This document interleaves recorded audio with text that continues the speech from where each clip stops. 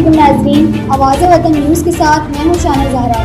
आइए नजर डालते हैं अब तक की हेडलाइंस पर। खबर शामिल करते हैं। मीरपुर खास के ब्यूरो चीफ शहजाद खान साबरी की रिपोर्ट के मुताबिक बर्रे सगीर व पाक हिंद के अजीम रूहानी बुजुर्ग हजरत सैयद अब्दुल मजीद शाह चिश्ती निज़ामी फ़खरी सुलेमानी रहमतुल्लाह अलैह मीरपुर खास के दरबार में सीरतुन नबी सल्लल्लाहु अलैहि वसल्लम कॉन्फ्रेंस ज़ेर सदारत ज़ैब सज्जादा हजरत उस्मान फारूकी चिश्ती दामन बरकत आलिया हजरत ख्वाजा बाबा फरीदुद्दीन कज शक्कर रहमतुल्लाह अलैह की मुनक्किद की गई।